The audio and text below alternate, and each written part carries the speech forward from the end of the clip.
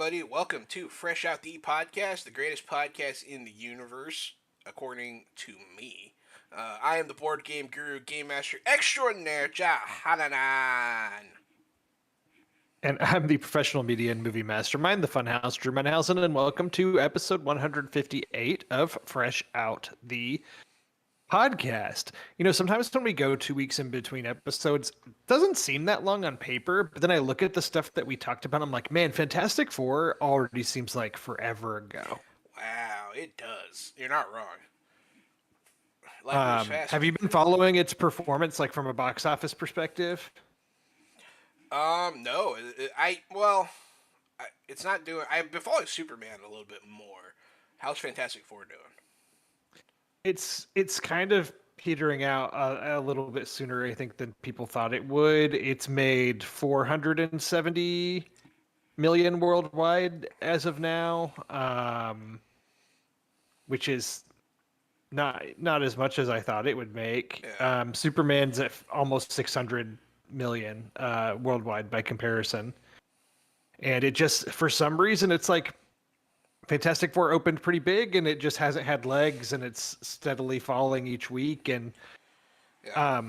I think there was a naive part of me that early on in the summer was like, of all the movies this year that have potential to make $1 billion, I was like, Fantastic Four is probably pretty high on the list.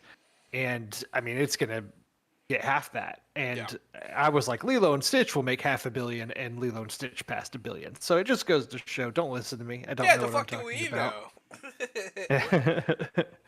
It's okay, Drew. We have day jobs. We don't have to be good at podcasting.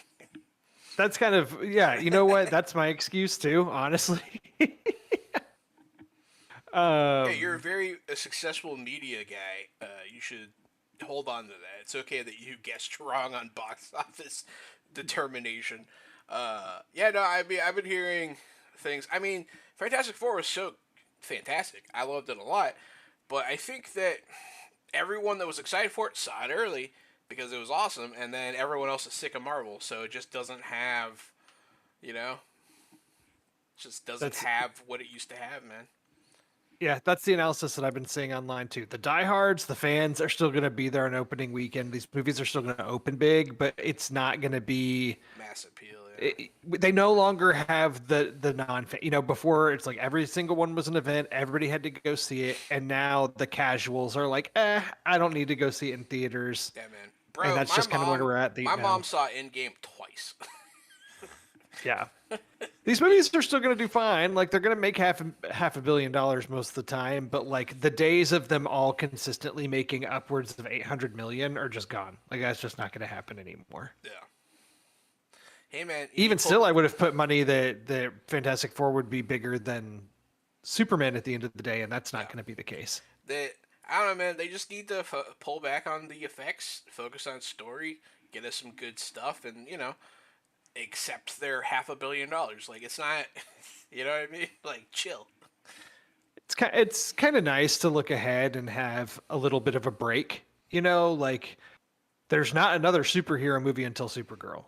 So Supergirl good, and I'm excited for it. And then I think Spider-Man is next summer, and then Doomsday will be in the fall winter time, right around the holidays. So I'm kind of looking forward to there being a break and just seeing what else comes out. And I think there's still going to be plenty of stuff to go see.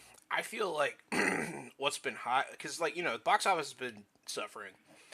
I feel like what's been really getting going, and we'll talk about this more later, but I think television has just, shows, even like limited series and all that kind of stuff. They've ascended to like pass cinema in a lot of ways, and we have these amazing shows. I'm going to talk about some of what's going on tonight, but man, like. Movies, I'm a movie guy. I've always been a movie guy. But shows, TV shows, streaming shows, they've become incredible lately. Yeah. Well, like, even so, just kind of looking at things coming out in the fall. So like as you know, I go to Fantastic Fest every fall, or I have now for the past 3 years. This will be my fourth year going, and I am Oh, when's that? officially going, returning to the festival. What is that you When? said? When? When? When? Oh, I'm sorry. It is September 18th, I Okay. believe, is when it kicks off. Kicks off on a Hey, Thursday. you've gone 3 times and talked about it on the podcast. Sure, I know what it is. I was gonna say if you didn't, I was gonna be pretty concerned. They finally just late last week announced the lineup for the festival, and I would say like there's some things I'm looking forward to, but there's not like that like just big movie that I'm like, oh, that's the one. There are typically some secret screenings, so I'm sure there'll be some surprises. But like the biggest one that I'm seeing is Black Phone 2. Oh, okay. I'll get to see that, and I'm looking forward to that. Their opening night film is a movie called Primate, which Primate is, hold on, I've got the press release up, so I'm trying to find where they talk about it. Primate. A group of friends' tropical vacation turns into a terrifying primal tale of horror and survival. Okay. And it is an unbelievably entertaining horror film filled with gory mayhem. Yeah, I like gory stuff. So it's like a slasher film meets Congo. Yeah, that was like just a really, really brief log line. Primate. I'm looking up more of it. Not much has come out on this movie, so like I'm kind of excited because it might end up being like really fun. Yeah, no, that's all it says. I'm assuming it's there's gonna be monkeys killing things, tearing things apart. It's a what if movie. What if one of the blue monkeys from the movie Evolution ended up on an island with teenagers? Are you making this up or did you find this somewhere? If I don't if even that remember the was blue real, monkeys I from would it would Evolution. blow my mind. No, I'm I have making to look at what are the blue monkeys from Evolution. I've seen that movie. yeah. It's been so long. I've seen it like 100 times. That's one of my comfort films. I'm looking this up. Yeah, Blue I'm Monkeys. looking I up an think one of image. them Oh, punches yep. Dan Oh, Aykroyd. wow. Yep. Okay. Yeah, Interesting. yeah, they look like alien monkeys. They're cool. Yeah, I need to watch this movie again. Is Evolution due a rewatch? Due a reclamation? Like, is it good upon rewatch? Yeah. It holds up completely. Yeah, absolutely. Like even the effects are not too hard to look at. Like because they did a lot of practical effects. And Sean William Scott is so underrated.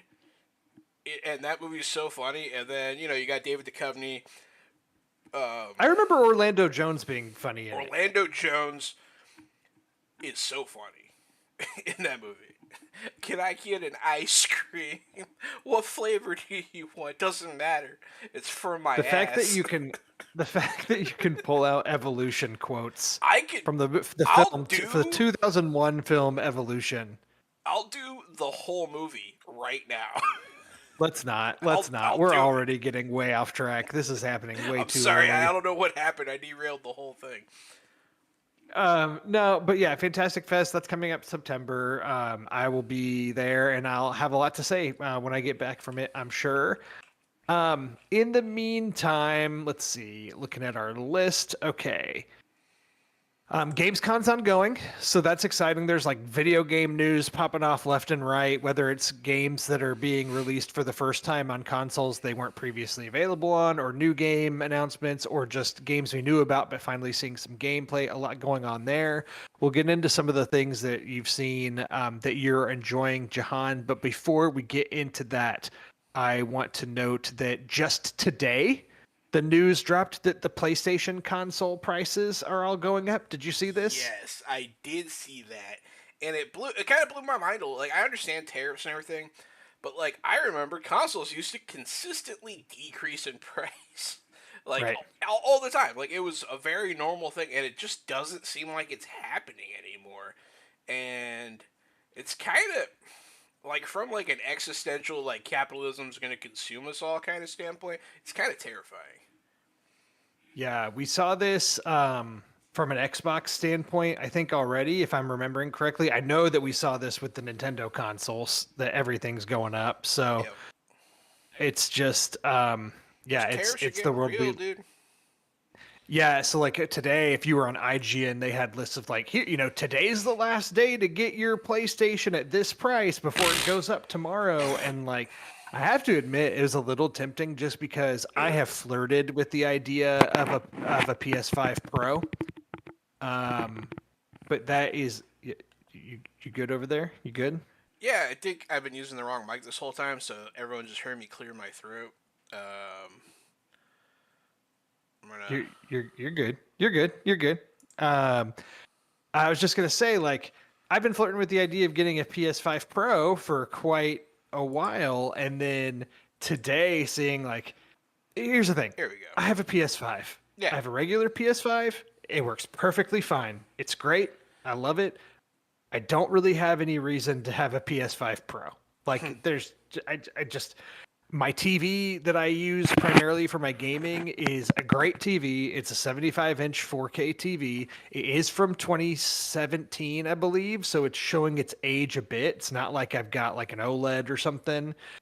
And the frame rates and stuff, like it can do, your 60 frames per second. But like, I just can't justify, I think, a PS5 Pro on that TV. I'm not hooked up to a sound system right now. It's just like, I just can't justify it. But You can see my TV behind me right now. I just realized I've had that thing since high school, or like maybe a little bit amazing. after. Yeah. Yeah, it's like, okay, so I'm gonna get a PS5 Pro. I wanted to almost click the button today to be like, well, I can get it for $699 today as opposed to $749 tomorrow. But I'm like, I'd almost rather pay $50 extra for when I actually would have need for the console than do it now just because the price is going up. It's like, Yeah. it is what it is, I guess. It's just But you have people a saw this coming. PS5. You don't really need a I don't need it. Xbox prices went up, Switch prices went up. It was a matter of time for this to happen. It's finally happening. So I just wanted to note that. You're right, man. It's like, yeah, if you didn't want a console when it first released, wait a year, wait 2 years. They will go down. That's just the way that consoles work. And we're at a point now where they're up from where they were 5 years ago when they came out, which is crazy. Insane. I will never forget when the original Xbox came out. And I had a PS2 and I had a GameCube, but I started having some friends that were into Halo, and I really, really wanted an Xbox. And finally, the price dropped on whatever. I think the Xbox originally retailed at $300. Does that sound right? Sounds right. And I That's think about the how price much a dropped. PlayStation 2 was. Yeah, and I think the price dropped to like $200 or something. It had been out for maybe 2 years or something. A year or two. I don't know. But I went and I traded in my Nintendo 64 and all of my games and had more than enough cash at GameStop or whatever to get an Xbox console and Halo. And I think I walked away with Halo, Dead or Alive 3, and like one other game that I can't even remember. But and it was worth it. It was totally worth it at the time. Yeah. Anyway, neither here nor there. Actually, speaking of Xbox, though, this is relevant talking about game news. I wanted to bring this up too. It's kind of separate from the Gamescom. It is related because they've shown more at Gamescom. Back when we had our discussion a couple months ago now about the Xbox Summer Showcase, like when they did their big show and when Summer Game Fest was going on, we recorded that episode and then I walked away from my computer going, crap, we totally forgot to talk about the Xbox ROG Ally handheld. We didn't talk about it at all during that episode. Not that there was that much to say, it was just revealed, but they have released more information now that that Gamescon's going on, and including a release date, which looks to be in October. And now Best Buy has listed pricings. The pre-orders aren't available yet, but they did list some pricings. Are you into this deal, John? I have to admit. So I'm bringing this up as a talking point, or as a news item, but I don't really follow the PC handheld market very much because I'm not a PC gamer. I'm like I have a Switch 2. I play it primarily docked. I play most of my games primarily on the TV. So I don't really see myself using this much, despite it looking like a cool piece of tech. My understanding is that it's pronounced ROG Ally, right? Like Yeah, I think it's so. ROG ROG. It might be Rogue Um, Ally, but I don't know.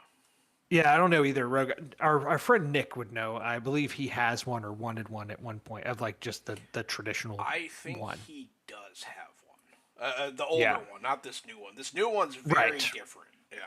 Yeah, this one's like Xbox branded and works with the the Xbox dashboard, but you can work it with other things too. It seems like this is a pretty I universal believe system. you can use any game service like Steam Right. or Epic Games or whatever.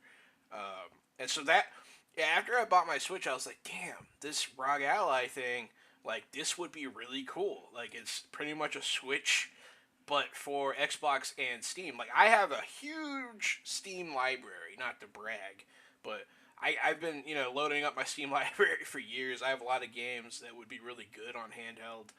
Um, and this would be cool. I mean, Xbox has already been moving towards Steam integration because you probably don't know this because, like you said, you're not a PC gamer, but Xbox Game Pass or the Xbox app on PC, it actually has your Steam games listed when you play them. Like it's like, hey, look at this. So it's already kind of integrating automatically. But a handheld that can do it all like that is very cool. My brother and brother-in-law, they both have Steam Decks, and they really like them. I mean, you can also dock them, just like a Switch. You can plug them into a monitor, anything, and it's essentially a Okay. PC at that point. And I don't know, they're really impressive pieces of hardware, and I wonder how the ROG Ally holds up. Yeah, from what I'm seeing, yeah. So the Asus ROG Ally stands for Republic of Gamers is the brand. So ROG. So I don't know if they say ROG or ROG. There's probably somebody listening that is a fan of this and they're going, these guys don't know what they're talking about. But it's still, Hey, it's we don't. what they're estimating. So Microsoft has not confirmed a price. Best Buy has prices listed though. The Ally, which is like the basic version, it looks like around $550. The Ally X, which is the higher end one, $899. So you're paying almost a grand for one of these. Yeah, Plus they have the charger docks, which I'm assuming that's kind of what you're saying. Can plug into a TV, you can dock it, very much and so. then cases, all that kind of stuff. I guess I'm just interested to see if this, we talked about it a little bit. You hinted on your Steam thing. Is this anything that you would get, or would you get a regular ROG Ally and not the Xbox one, or would you rather wait until an actual Xbox produced, Microsoft developed handheld comes out? Because apparently that's still potentially a thing in the future, but this is what they've done in the meantime is partner with ROG. So, I, I, if money wasn't an object, I would totally get one. It's just not high on my priority of things to own. Like, I'd rather get like a VR headset or something that lets me play things I can't already play. Because I have a gaming PC, I have an Xbox, I have a Switch, I have all the stuff. So, like, this doesn't open doors for me. It is, however, a very interesting piece of hardware that I do think is really cool, and its somewhat open source nature is promising because those kinds of devices tend to have a lot of functionality beyond your first party created peripherals like for PlayStation and whatnot. Like those things are pretty locked in. These things. Oh, is my sound that low? Oh, I'm sorry. Here, let me get closer. Oh, How you about sounded this? good. You sounded fine. Eric Jackson says that I'm being quiet, but Oh, okay. I don't know. He would know. He would know. You But sound good to me.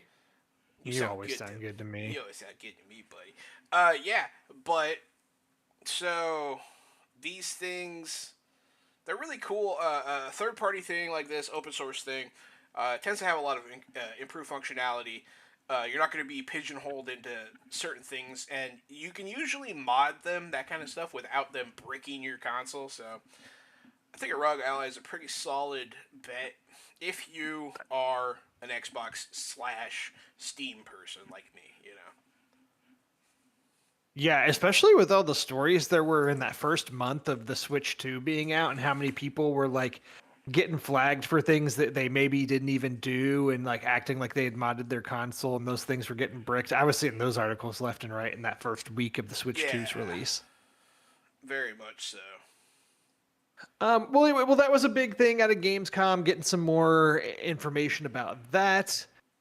Maybe not marketed to us as much as to other people, but Maybe still not. worth noting because it's a big development for Xbox hardware.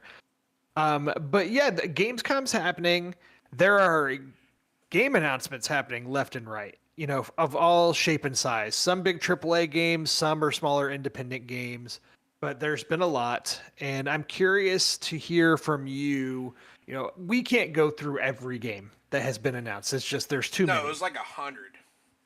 But I asked Jahan to, you know, pick a few highlights for him personally, and see what has stuck out to you so far, Jahan. What are some of the standouts? I'm hoping my sound's a little better. Maybe I'm quieter. I'm not sure. Here, let me. But yeah, no, I did pick a few. I'm not sure if you saw John Carpenter's Toxic Commando. That looked pretty fun. It was like a multiplayer, sort of Left 4 Dead feel sort of thing where you're attacking hordes of monsters. It looked really fun. That one looked really cool. There is this one looks awesome. The Blood of the Dawn Walker. Have you been seeing this? No. So it's a new IP, and it's like so you're during the day you're a human, at night you transform into a vampire, and so like it has two cycles of gameplay where it completely changes your abilities. You have 30 days to accomplish the main quest, so it's like a time crunch kind of thing. And it's just a very interesting concept. It looks fresh. It looks good. You should check it out. The Blood of the Dawn Walker. Um, they're making a fourth Dawn of War game, which is the Warhammer I RTS. did I did see this because I always liked playing Dawn of War. I used to go with friends to like LAN centers and places that had Dawn of War 2 installed. We would play it, and I'm not like a huge RTS strategy guy, but I always really liked the Dawn of War games. Yeah, yeah. A big fan. Dawn of War 1 and 2 were fantastic. 3 was fine. Kind of leave it. I don't really want it. 4 looks amazing. Um, and then I saved the best for last. There were so many games I was interested in, but this one I didn't realize it was coming out in September. Um, but it might be, if it's as good as it looks, it might be my game of the year. Chronos, no surprise Hmm. there. It is a survival horror game in which you're a time traveler traveling back in time to the remnants of humanity to try to save important VIPs and try to do all kinds of like past quests essentially. You have to do mission prep and you have to fight horrific monsters. It looks like Resident Evil meets I don't know, time travel. It's pretty cool, man. I'm really excited for that one, and it comes out September like 5th or something, so it's right around the corner. Yeah, this game's been at some of the different showcases over the course of the year. I think a lot of people are pretty big excited for this. So it Yeah. does mention one of the ones that I'm excited for, actually, is something that it looked like, which is Resident Evil. I am very excited for Resident Evil Requiem, which is the ninth main entry in the Resident Evil franchise, like of the main I numbered didn't mention it entries. because I knew you would. Yeah, I've always been a big fan. I was interested to see with this new one, which really seems like a bit of a departure. You know, 7 and 8, both I believe the protagonist's name was Ethan. He was like a new character developed for 7, Yeah. and they did the first person style, which was a big departure from the first 6 entries. and I really enjoyed those games. And I was wondering, with the success of all the Resident Evil remakes they've been doing, and especially with how good the Resident Evil 4 remake was, if maybe they were going to go back to using that structure, or like that the third person Yeah. controlling and that look, and maybe bring back Leon, or another character. And so far that doesn't seem to be the case, and it is still first person. So But my understanding is in Requiem you can switch between third and first person. okay, I was watching some gameplay earlier today that was all in first person. So if you can switch to third person, that's really cool. They did introduce in some of the stuff that just came out, like the new enemy that will stalk you, Oh, it's which is creepy. it's very creepy. Like, it's always been a thing that they've had in these games. And this one is called, let's see, I'm trying to think of what it's called. It's just like a big old, like, it's got long arms. It's creepy looking. I don't even know if the creature itself has a name. So it doesn't look like it It looked does. like it was like allergic to light too.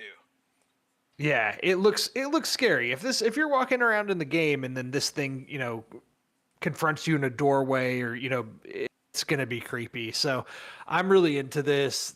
I like playing the Resident Evil games because they do genuinely scare me the first time through, but usually kind of once you get used to it or make your way through, like I like doing the speed runs and things and running through it, when you've kind of gotten used to it and get desensitized to some of its scares. So Resident Evil 9 is a game I'll be putting a lot of time into when that eventually comes out. And then also, they showed off a new Lego Batman game. Did you see this, Jahan? Yes, I did see that. Bane, voiced by Matt Berry. Yes. So, and this is, there used to be a new Lego game from Traveler's Tales, the studio that makes them. Like there used to be one every year, and then they finally did the big Skywalker saga game that had all the Star Wars movies Yeah. and like every Star Wars character ever. And then they've kind of taken a break. There was a Lego Horizon game that came out on PlayStation from Horizon Zero Dawn, but it wasn't made by them. It was made by like one of the Sony studios. So this is their next big one, and they've done Lego Batman games before, but I think most of them had their own original stories or really stayed more in line with the comics.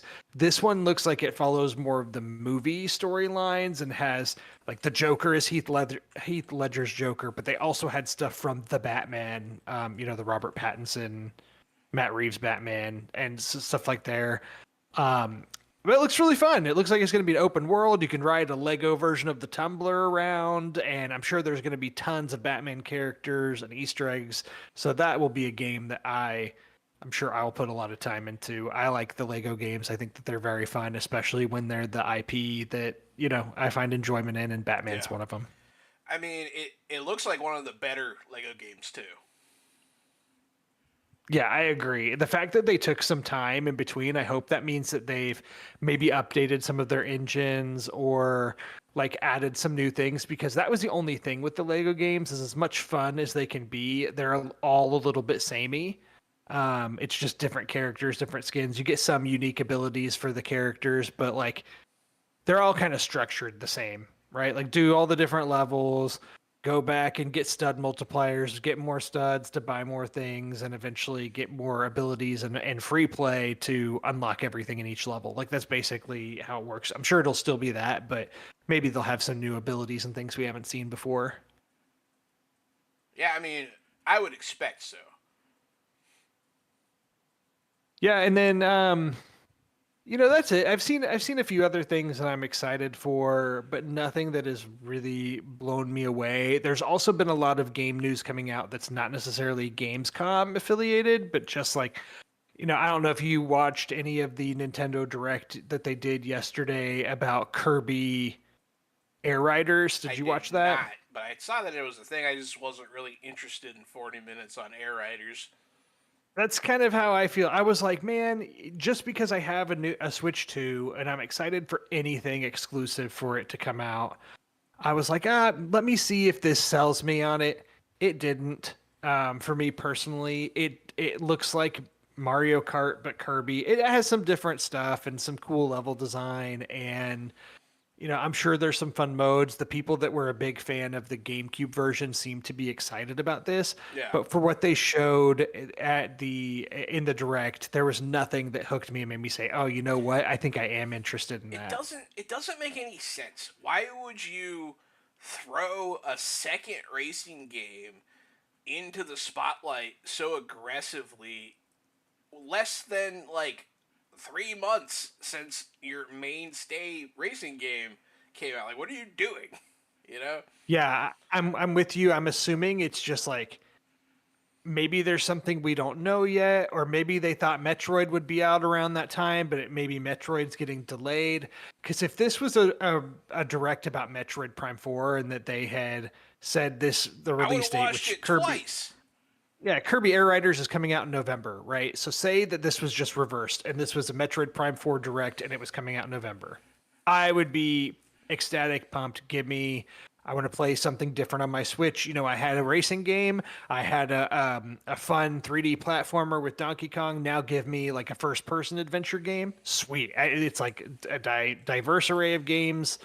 But yeah, having Mario Kart and then a Kirby Mario Kart essentially, probably, again, the fans of that are probably not happy with the comparison. But like they even made those jokes in the direct. Like the director of the game got on there and said, like, you know, I basically said this was like Kirby Mario Kart, and it is. Like they weren't hiding it, they weren't Yeah. straying away from it. They were pretty upfront with that and kind of self-deprecating. So I appreciated that, but yeah, just this does nothing for me. And it's retailing at $69.99, so it's the full $70 price game. I'm good. Zero I would percent, 0% interested. I would rather get I don't know the full title of it, but the Kirby platformer that came out a year or two ago that they're releasing on like with a Switch 2 upgrade later Yeah, this month yeah, and that one some looks better. stuff. I would much rather play that. Same. Forgotten Kingdom Yes, that sounds right. or And I Forgotten didn't Lands play or it when it something. first yeah, I didn't play it when it first came out, so Me neither. this is a blind spot for me and just to have things to play on the Switch, like I might pick this up just to have something new. Yeah. I'll be playing the Switch plenty the rest of the year. Pokemon Z to A comes out in another like 2 months. I will play that and get the Switch 2 upgrade. And I feel like was maybe another one that I was forgetting. Maybe not. Maybe those are the two. And then I still am wanting to go back and play Zelda and play with the Switch 2 upgrades. Yeah, we can talk about it more when we get to our fresh games of the week. But like I've been in kind of a gaming slump. I was playing so many games and then finally hit a point where there's games I want to play, but nothing that I'm like really, really itching to get to right now. So it's been kind of nice just Yeah. taking it slow. I agree. Yeah, there's not a lot of games going on right now, but there's about to be, for me at least, and I'm pretty excited. Yeah. Yeah, I agree. Yeah, there's some stuff like the Metal Gear Solid 3 remake comes out in like another week or so. I think that actually looks really good, and that's a game I owned several Metal Gear games, but that's one of the ones that I didn't own. I think I not to invoke him again, but Nick had that game on the PlayStation 2, and I remember borrowing it from him and I never beat it. So like it might be fun to play that in a super modern version with really slick graphics and stuff. But yeah, there's stuff that I'm excited for, but there's nothing even coming out that I'm like, yes, I'm buying that day one. That's my game. Like there's stuff that I want to play, but I don't know. We'll see what I actually hit purchase on when the time comes. Yeah. Yeah, no, I totally get that. So anyway, anything else about Gamescom that you want to discuss? Did you see the Fallout Season 2 trailer? I did, but I have a confession to make. Fallout Season 1 came out right around the time that my second child was born, and I only watched the first episode and really enjoyed it, and then didn't watch the rest of the season. Okay. So I've been telling myself I'm going to catch up on it before Season 2 comes out, and I've yet to do so. So this is one of the things that I was talking about. TV has gotten really good. Fallout Season 1 is fantastic, Season 2 looks even better. And I don't know how, because they took season 1 up to 11. I don't know what they're doing season 2. It's crazy. But I can't, like, spoiler alert, like, they showed New Vegas.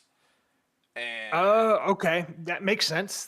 I mean, that's an obvious direction to go. Of course. I did not expect them to go to go there. That's so cool, man.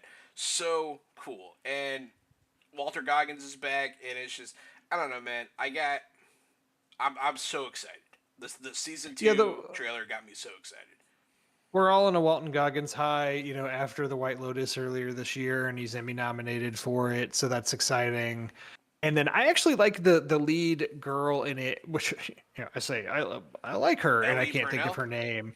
Yes, I originally saw her in Yellow Jackets, Yeah, the series, and she's very good in that, and so it made sense that when she got cast as the lead in Fallout, and so I'm rooting for her. So I do need to go back and catch up on Fallout. It just came out at a really difficult time for me to pay attention to shows that I wanted to watch. It was like Fallout and Shogun and all those were happening right around the same yeah. time. And even right now, I'm like Twisted Metal, Wednesday season 2, and now Alien Earth have all kind of come out at the same time, and I'm trying to juggle them, and it's just really tough.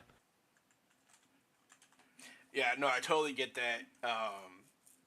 Fallout is must see TV. I'll catch up on it. I will. I promise. You can't My watch it goal will with your be daughter. Yeah, my goal will be to finish Fallout season 1 before the new season comes out. So Hell yeah! I'll do my best. I look forward to hearing your thoughts. Well, it's funny because I'm like I don't have time to watch these shows, but I've watched like 7 Coen Brothers movies in the last like couple weeks, so it's just that's my life though. Yeah, Oh, okay. Um, fresh movies. Should I get into fresh get into movies? fresh movies. I don't have any, so take it away, man. Yeah, it's fine. I've got a couple new releases. One is actually coming out this week, and I got to see it a little bit early last night. And this is Honey Don't. Yeah. So this is directed by Ethan Cohen of the Coen Brothers. For those that don't know, Joel and Ethan Cohen, around like 2019 ish, decided to split and focus on some individual projects for a bit.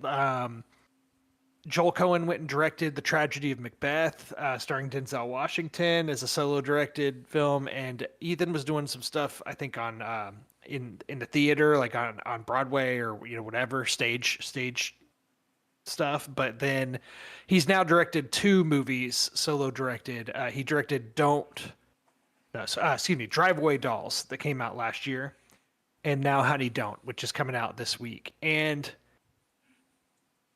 I wasn't a huge fan of Honey Don't, unfortunately. Oh It's like no. I'm rooting. Yeah, I was rooting for it because I love the Coens, and when you're watching it, you can see glimpses of it, like some really great cinematography, some cool shots, some interesting writing.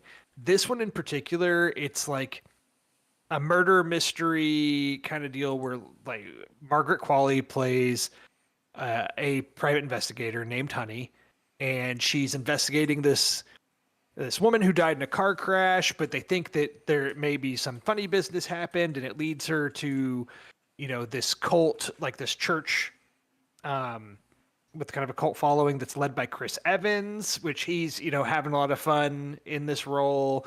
Charlie Day plays another detective. Aubrey Plaza plays a police officer. So like, there's a fun cast in this movie, and there's actually some really good performances, and there are some cool ideas and scenes, but just the overall like. There's a lot of threads that it doesn't really tie together. It's just like a lot of individual scenes, but there's no cohesion amongst it Yeah. all, and it just felt a little disjointed. It's only 89 minutes long, so it's pretty short, and it's not like I hated watching it because there's cool stars in it and interesting stuff, but it just didn't make much sense or just didn't feel like it all went together. Just the parts not enough to make a good whole. So that's disappointing, especially because there's a podcast I listen to in my free time, and they're doing a deep dive into the Coens right now. So that has been an exciting excuse to go back and watch or rewatch some of these movies I haven't seen in a while. And so I've watched the run of their first several movies, Blood Simple, and the run of Raising Arizona, Miller's Crossing, Barton Fink, Hudsucker Proxy, Fargo, and Big Lebowski, and Oh Brother, Where Art Thou? Is just like an incredible run. And I had not seen Miller's Crossing and Barton Fink before, and those were very enjoyable first time watches. Arizona, The Big Lebowski, Fargo, Oh Brother, Where Art Thou? It's just like, man, I'm like, this is why I love movies. They were so good. So like, I'm on a Coen's high. So then to see a new movie that one of them directed that I'm just like, I don't really like very much is really hard and disappointing. Yeah. So that's where I'm at with Honey Don't. I'm like, I'm not saying it's a total avoid, don't see it, because I think there's good performances and some fun stuff in it. It's just, I walked away from it going like, okay, well, that was that. Yeah, and that's too bad. I don't know. From the trailers and stuff, it looked really good to me, so I was hoping for a good movie, but we'll see. Well, especially comparing that to a new release that came out a couple weeks ago now, Weapons, which is the new Zach Kreger directed movie. I've been very interested to see this. Yep. Zach Kreger, who got his start in the comedy group The Whitest Kids You Know, and then directed Barbarian just a couple years ago, which I absolutely loved. Went into that movie completely blind and was blown away by how crazy and silly and scary and all the above that movie was. So I approached Weapons the same way. Knowing that Zach Kreger was attached to it, I knew that Josh Brolin and Julia Garner, and I knew that they were in it, and I knew the very basic premise, which for those that don't know, the premise of Weapons is that in the middle of the night at 2:17 a.m., 17 kids in this town all suddenly run away from their homes at the middle of the night and disappear, and they're all in the same class. They're all in the same class at school. And that's like the basic premise, which is a cool, like that's enough for me, just that, to get me into the theater. I'm like, say no more, I'm interested. And it's Zach Kreger, and I know it's probably going to be wild. Yeah, let's go. And I can easily say that this is probably my favorite movie of the year. Okay. Wow. I had a blast with it. I thought it was great. I just thought it was so much fun, some good scares. It falls into the same category as Barbarian for me, and this it's one of those things where like Sinners is probably the best movie I've seen this year. But I had even more fun at Weapons than I did at Sinners. And so I think that I rank Weapons for myself to be a little bit higher. I absolutely loved it.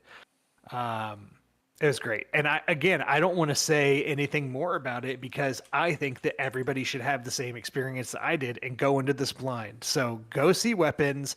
Also, it's doing great at the box office. Blew me away. It opened against Freakier Friday, right? The Jamie Lee Curtis and Lindsay Lohan returning to do a Freaky Friday sequel. And here's the thing, Jahan. While I'm in the movie segment, let me just say this. I learned my lesson once this year. Lilo and Stitch, the live action remake. The original Lilo and Stitch animated movie came out. I was a little too old for it at the time. I was in a phase where I was too cool for Disney animated movies. Did not go see it. I have zero nostalgia for the original Lilo and Stitch. I understand that movie has its fans. We've been in a world where there's Disney live action remakes coming out every year. Snow White just came out in March and bombed pretty bad. So Lilo and Stitch, I had a feeling it was going to do better. But it's just, I didn't think it was going to do gangbusters. I'm wrong. I was wrong. That movie's made $1 billion. People loved it. The fans of Lilo and Stitch all showed up for it.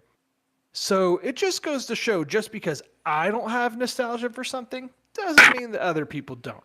So I approached this weekend that Weapons was coming out the same way. a lot of people have nostalgia for Freaky Friday with Yeah. Lindsay Lohan and Jamie Lee Curtis in the same way that they do for Mean Girls or other things. Maybe not to the same extent, but like I do know a lot of people that like Freaky Friday a lot. I never saw it. I had never seen it when it first came out. I think we did get to talk about it here on the podcast that I watched it for the first time Yeah. before the new one came out. I still haven't even seen the new one, but I watched the original, so go figure. The original But was one of my. Yeah, I liked that movie when I was a kid. Yeah. I assumed that Freakier Friday was going to dominate the box office the weekend that It and Weapons came out because Weapons is this kooky horror movie from Zach Kreger, and I don't know. And then I was wrong. It opened to over $40 million. Weapons did. I don't think Freakier Friday even broke $30 million in its opening weekend. And there's just been Weapons fever, man. People are showing up to see Weapons. It's made over $160 million worldwide so far on a $40 million budget. It's doing great.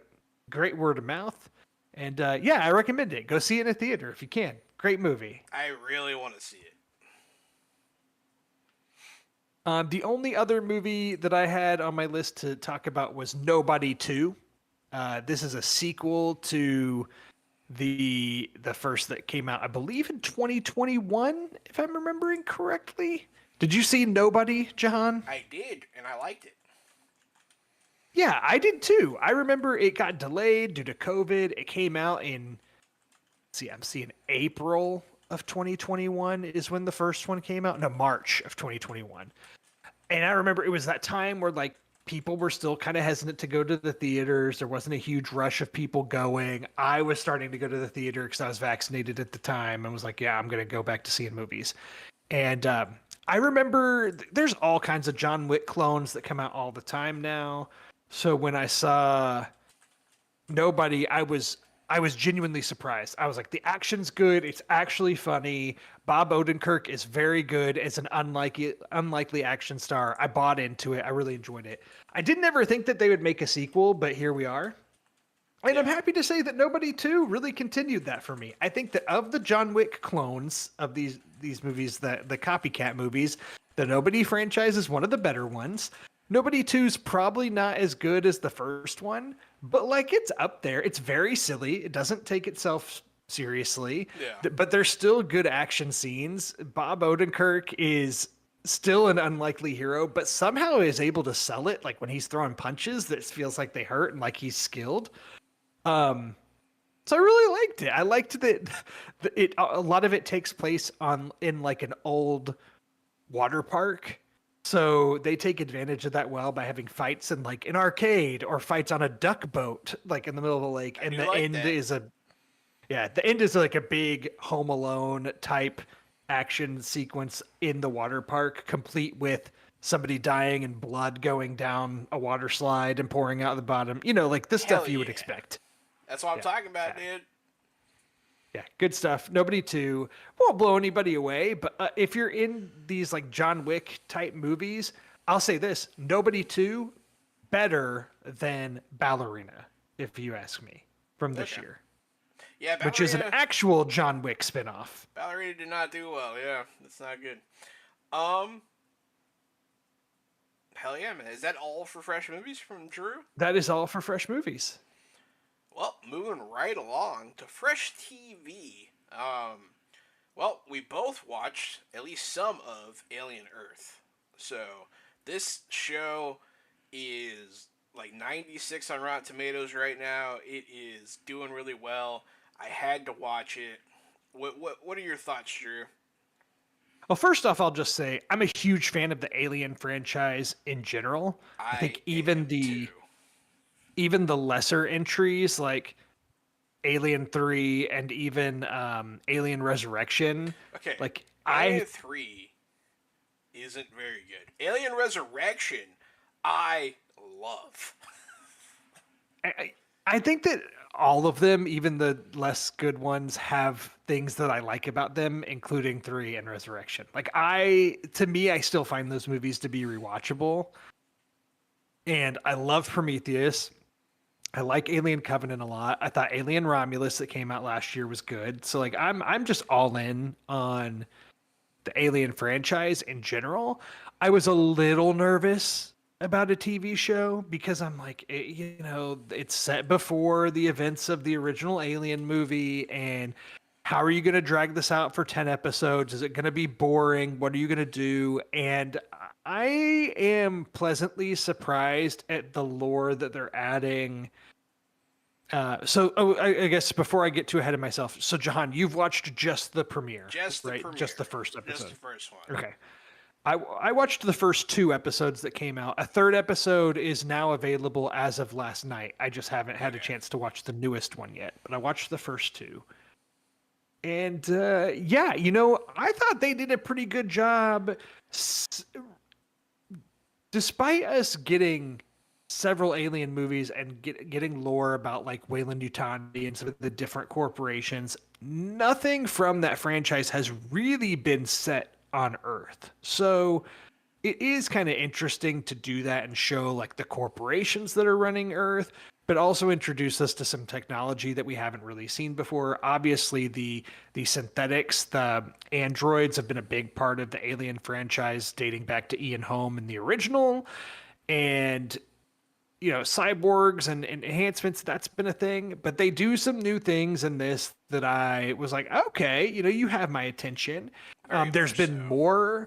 a lot more xenomorph in the first two episodes than I even expected there to be. I thought they were going to hold it back too much, like a Jaws situation. So far, a lot of the fears that I had going into it have, I'd say they've gone away for the most part. Like I'm invested in it after two episodes. Yeah.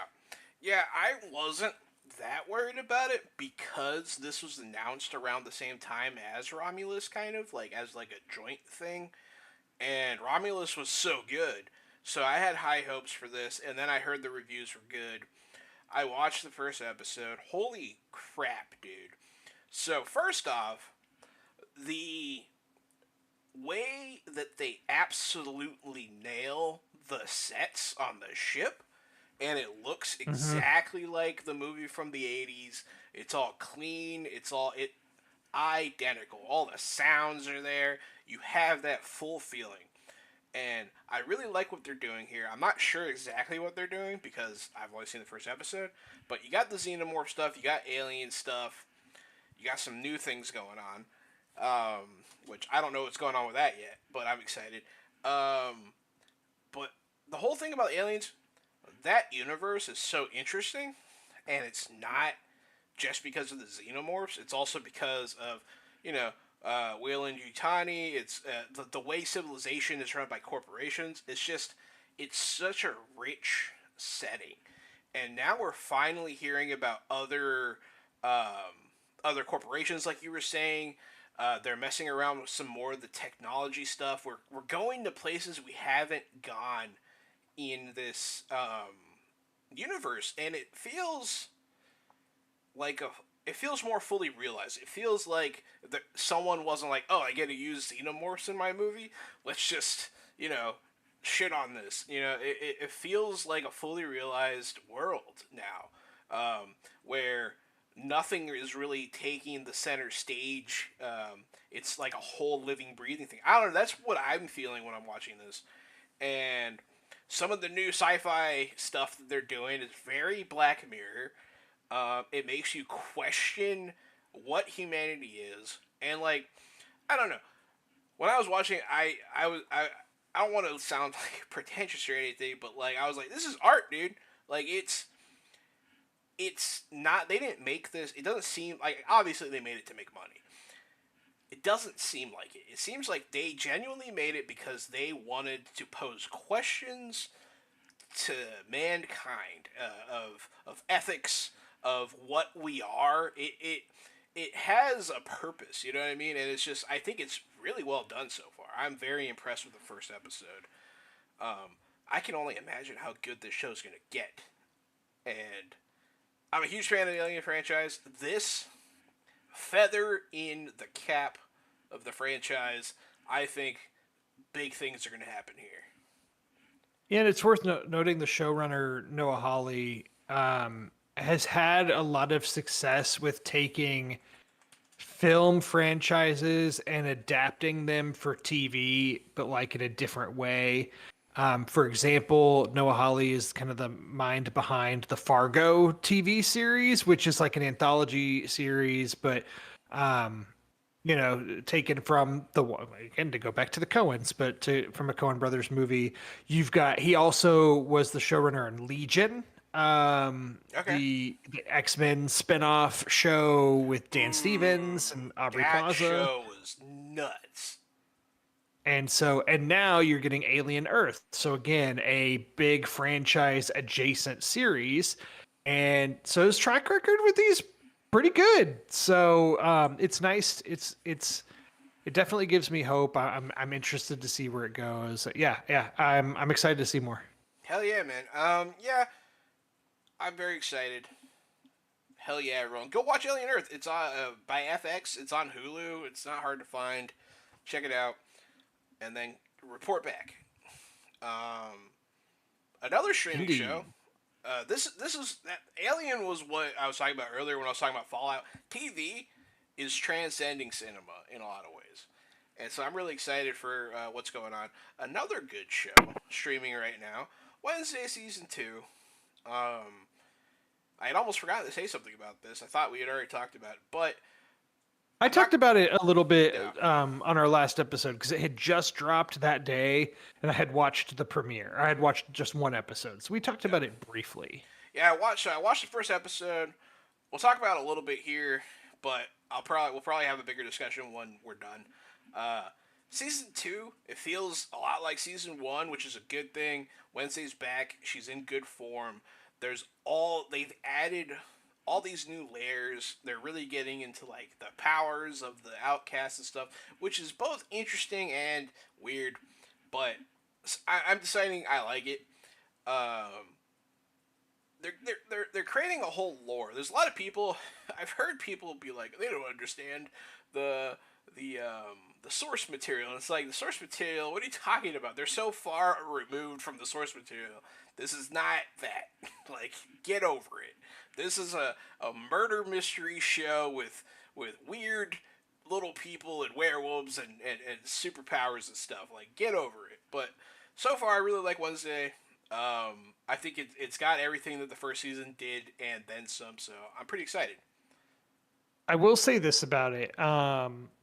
Because the first season came out, I was interested, and then it kind of like I feel like it was getting like a viral reaction. Like you were just seeing Wednesday clips on TikTok, and it was obviously very popular.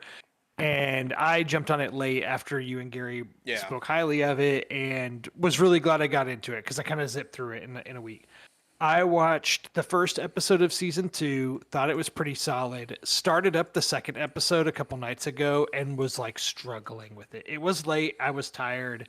I was struggling to stay awake. I did not finish the episode, but like, I don't know why. I thought the premiere of season 2 was fine. And then for some reason, watching the second episode, it felt like it felt like a little bit disjointed. We'll see where it goes. Okay. Again, there's things that I still like this world, but I'm like, oh, for some reason, I thought the second episode was just going to grab me, bring me in even more, and it was having a little bit the opposite effect. But I'm going to revisit. It's hard though. Like we said, it's like I got a new episode of Alien to watch, and that's going to take priority over Wednesday. And then like, oh, I still want to watch Twisted Metal, but when I gotta find time for that too. And I'm having trouble finding um, time for it. Yeah, I love Twisted Metal so far. I really want to watch more, but it's just hard. It's not I something think I I've can only watch with the watched the two baby. episodes of it so far. My kid's been paying attention to the TV now, and so I don't want him to watch a bunch of decapitations, even though he doesn't understand. Just seems like bad Yeah, but there's a parenting. happy clown character. Yeah, there's a happy clown. Yeah. I don't know. So Wednesday, Yeah, there's Wednesday, that was and it for TV. that was it for TV. I think that everything else is just kind of in progress. I talked about Hard Knocks last time. I'm not going to bring that up again. It's a lot of ongoing stuff, but I think the big one we'll probably be updating on as it goes is Alien Earth. Uh, there's not too much. Thankfully now it seems like all these shows are kind of out, so it's just a matter of catching up on the new episodes.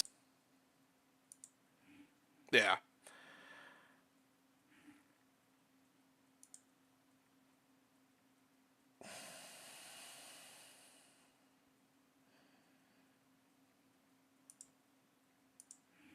Oh, I thought you froze. No, sorry, I was messing with something. Yeah. So I agree. Watching stuff's hard. Games? Yeah, games. We're I doing was I games was now. transitioning to games here with Transitioning you. into games. I don't see a lot here. So the Battlefield 6 beta came out pretty much, and I played it a lot. I'm a big Battlefield guy. It's my first-person shooter of choice, and this one seems like it's better than the last installment. They fixed a lot of complaints and stuff. It feels like it's back in full form. So if you're a Battlefield fan, Battlefield 6 is gonna be a good bet. I think it's gonna come out this year, I believe. So check it out. I'll be on playing. So maybe you'll get shot in the face by Jehananon. Just what I've always wanted to get shot in the face by Jehananon. Do we want to do some fresh picks of the week really quick before we sign off? I think so. Fresh picks of the week. Mine's easy. Mine is Alien Earth. It is a revolution of art. Love it. Go watch it. Yeah, I will say, even though it's now a couple weeks removed from when it came out, I'll say Weapons as my fresh pick of the week just because it is still in theaters and I think everybody should go see it. So, yeah, those are two really good fresh picks actually. Alien Earth and Weapons. If you watch those two things, you're doing pretty good, I It's a think. hell of a week, man. Hell of a week. All right, guys. Everyone, thanks for listening. Stay fresh. I've been Johanna, Board Game Guru, Game Master Extraordinaire. And I am the professional media and movie mastermind, the Funhouse, Drew Munhausen. Thank you for listening to episode 158 of Fresh Out the Podcast. And we'll see you next time. Stay fresh.